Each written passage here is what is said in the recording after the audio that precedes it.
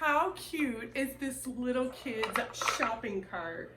My daughter is so excited to have this fun little toy to play with. This is made out of wood. It's nice and smooth. Everything is well sanded with nice finishes on it. The paint on it is really colorful and super kid friendly.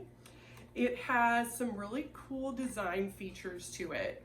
You can raise the height here on the handle by twisting this and then pulling it up. You can see that it actually goes up several inches, so it totally grows with your child, which is really cool.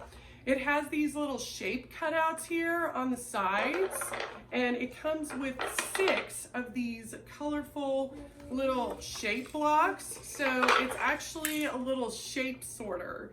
So not only is your kiddo playing, but they're working on important developmental skills like fine motor and visual motor and hand-eye coordination. Whenever you are moving, this also makes a noise and it spins. So this is just a super cute and fun learning toy.